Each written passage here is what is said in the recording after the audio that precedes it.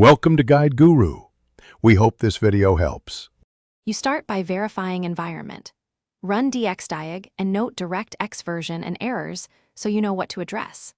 Next, update your GPU drivers using the vendor installer rather than Windows alone, because drivers often contain DirectX-related fixes.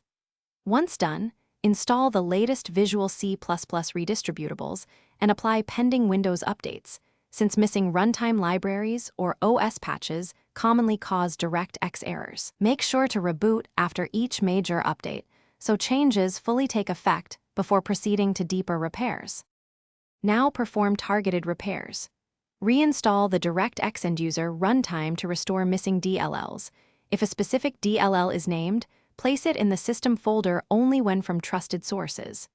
Then run System File Checker, sfc/scano, and dism/online/cleanupimage/restore health to fix corrupted system components that interfere with DirectX. Once those complete, reset graphics and game settings to defaults. Disable overlays and switch Direct 3D/OpenGL options. To rule out finish by testing under a clean boot. Disable non-Microsoft services and startup items, then run the app as administrator to confirm whether third-party software caused the error.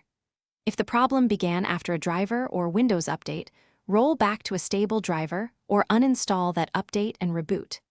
Finally, collect DXDiag output and relevant event viewer logs. If you still need help, these logs let support diagnose the root cause quickly. Troubleshooting tip. A clean driver install using the can resolve persistent driver-related DirectX faults.